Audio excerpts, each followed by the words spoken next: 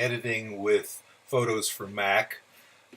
This time we're going to be discussing editing extensions and how to create favorites and also exporting images. So once again, I'm down here in the toolbar, and I'm going to open up Photos. So I'm going to go to the test album where I had my pictures before, and I'm going to select this picture here. This was the top of the building that I had edited on the previous video. It's a hostel in Ocean Beach in San Diego. So I'm going to select that. Once again, you can see that this has got the double indication of both a JPEG and a RAW. And I'm going to double click on it to bring up the full version so I can get to the editing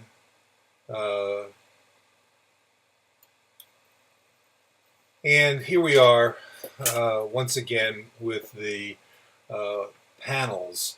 Now this picture has some problems because I really exposed it to make sure I get this piece symbol, but I also would like to be able to bring out the building and all the colors that were on the building. So I'm probably going to want to, let's crop this. We didn't really discuss the crop tool altogether. Say I wanted to make this an 8x10, so I can click on that and it will automatically bring it in. I can move it so it would be a little bit better. That looks pretty good. Now this program does not have ability to make a change in the geometry like we have done in previous ones, but let's just say we're pretty good on this. So we'll go back to adjust, because really what I want to talk about is this tab over here, which is the three dots, and it's, when you hover over it, you'll see the word extensions. The editing extensions that are currently available in the Mac App Store.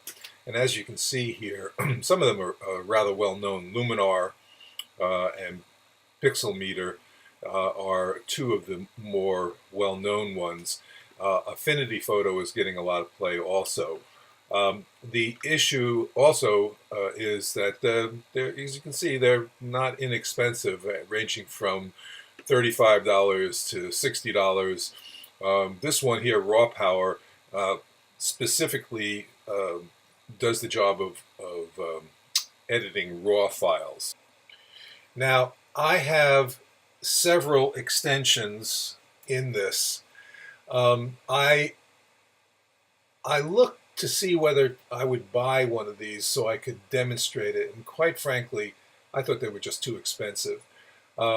I loaded one onto the system, and the way you do this is after you buy it and you download it to your computer, you go to this Manage, and you'll actually see the extensions in this dialog box, and you just basically make sure that you're checking it, and if it's checked, then it'll show up in the system.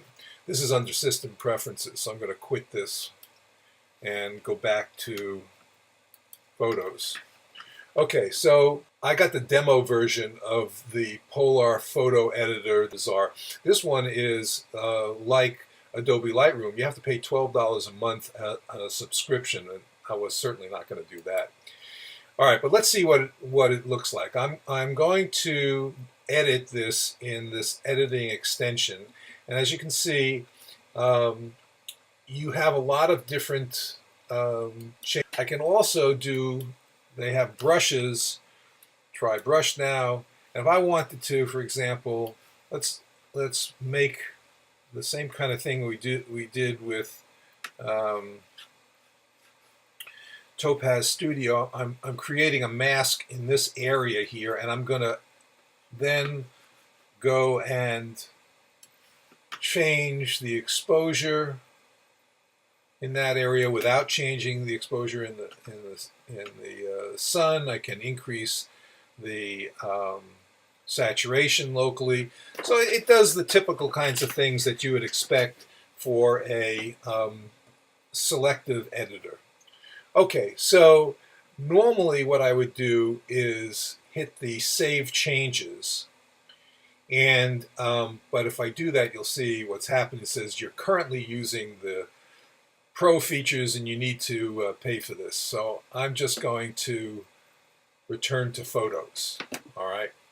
Now, but there is another way of editing for photos with an extension, but it's not really an extension. So I'm going to show you that right now. So I'm going to click Done here, and I'm going to go back to the library. And the first thing that I'm going to do before I make these changes is I'm going to duplicate this, because in this other method, which is using other photo editors, you can't use the M key and go back to the original. Once you make the change, you make the change. So if you go up to Image, and you can duplicate, Command D also does that. And so now you have a duplicate. So here's the original, here's the duplicate, and I'm going to select this duplicate, go up to Image menu, and you can see that there's a option called Edit With. And I have a whole bunch of different things like Photoshop and other kinds of things, but I also have our friend Topaz Studios. And so I can open this up in Topaz Studios, and using our basic adjustments, let's do the same thing that we did the last time when we were looking just at Topaz Studio. Let's increase, I'm going to be looking in this area here. I want to increase the exposure. I want to increase clarity. I want to increase, maybe I'm going to actually decrease the shadow. Changing highlights, it doesn't really make much difference. Increase the saturation, that's for sure. Okay, and then I'm going to create the mask. And I'm going to take my gradient tool, and I'm going to set it so it blocks everything up there. Now I'm going to also then take, because I want to really block off the effect on the piece symbol, so I'm going to take my brush, load it with black paint, and just really add the mask, so you'll see it totally disappears here. So now when we look at this, this is with the change, this is without the change. So you see we've gotten a pretty good effect there. Now let's add one more thing here.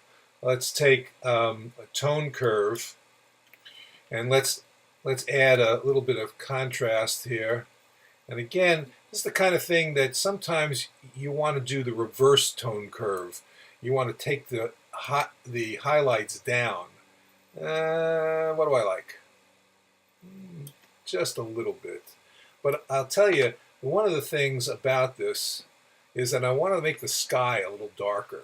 Okay? In fact, I don't really like this. Let's get rid of that. So how are we going to make the sky darker? Let's go to a basic adjustment again. Let's decrease the exposure. Let's increase the saturation so that blue gets really blue. And if you remember, what we can then do again, take the mask, put the gradient on. This time I want to make sure that it's the other way.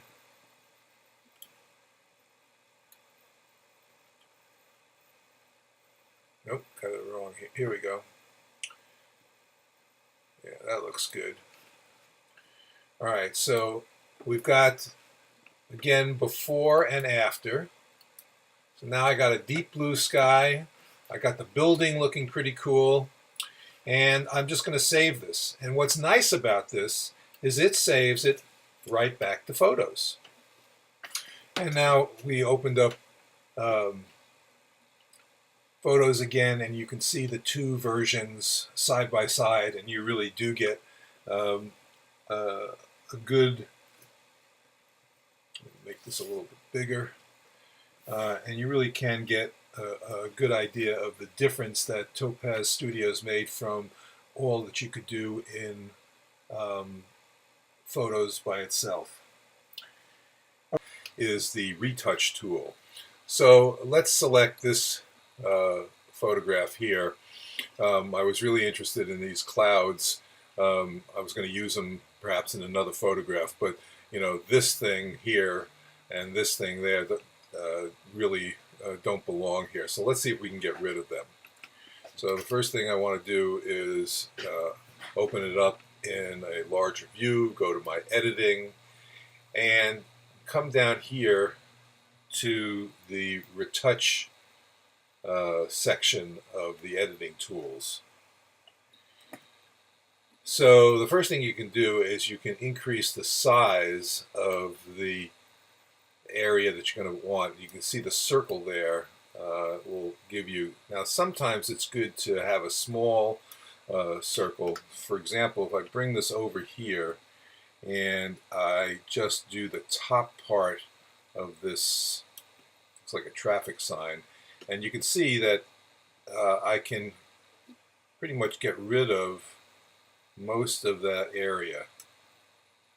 And that really takes away the top part. And if I wanted to go even further, let's increase this size a little bit more, because the bottom part of the side is a little larger, and it does a pretty good job of getting rid of all the little trees that are sticking out over here, so that when I eventually go to use this photograph to, say, replace a sky or something like that, I'll have a nice clean sky area.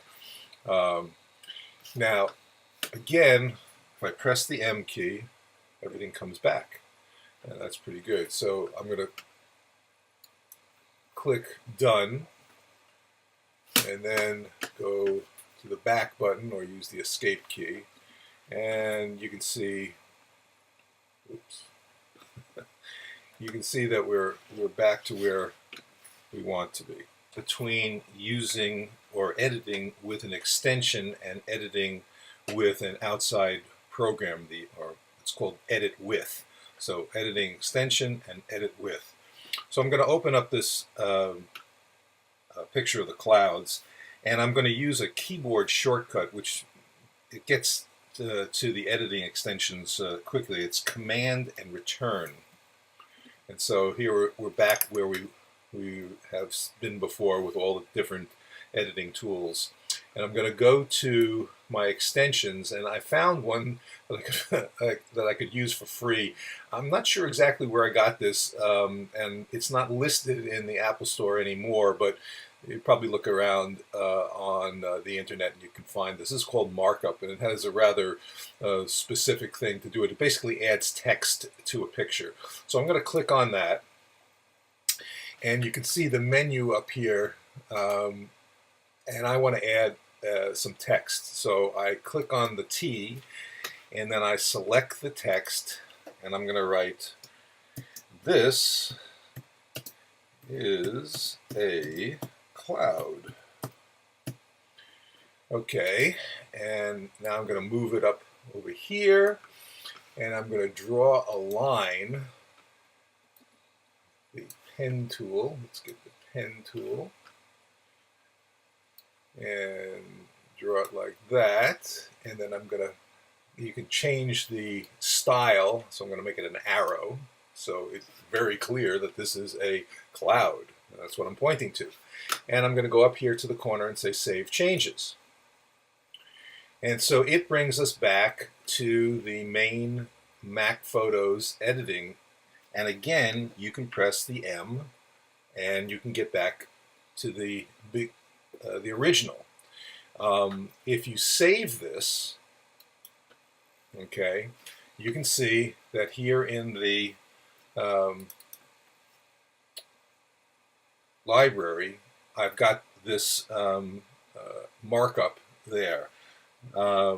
Hitting the M key doesn't do anything here, but if I go back to the editing tools, Command Return, and I went to the M key, you can see the original. And if I decided I didn't want any of these things, and I wanted the file to go back to the beginning of where I started, you can go up here and revert to original, and it actually takes away everything. It's sort of a step that you don't want to take lightly, because you can't go back in steps. It just goes back to the beginning, and you say done, and look at it in the library, and you can see not only is the markup the text has been eliminated, but also all the retouching. So much different than with the edit with, which you have to make a duplicate, as we described before, and then work on the duplicate.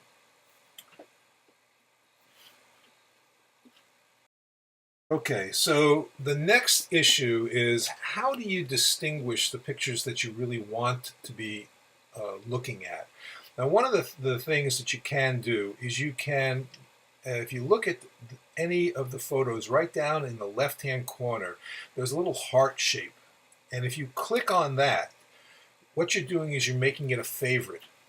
And if you go up here into under the library and look at your favorites, you'll now see that this is in the favorites column. And it just makes it easier to sort of, organize your pictures. Most good digital asset managers have a way of a star system, 1, 2, 3, 4, 5 kind of thing. Photos doesn't really have a way of doing that. There have been ways of creating keywords, and for example, if I go to information, I select this one, and I could add a keyword, and I could say 1 star. It would be better if I spelt it right. And then I could close this. All right. Now, if I want to find all the 1 stars as a keyword, it would then bring it up.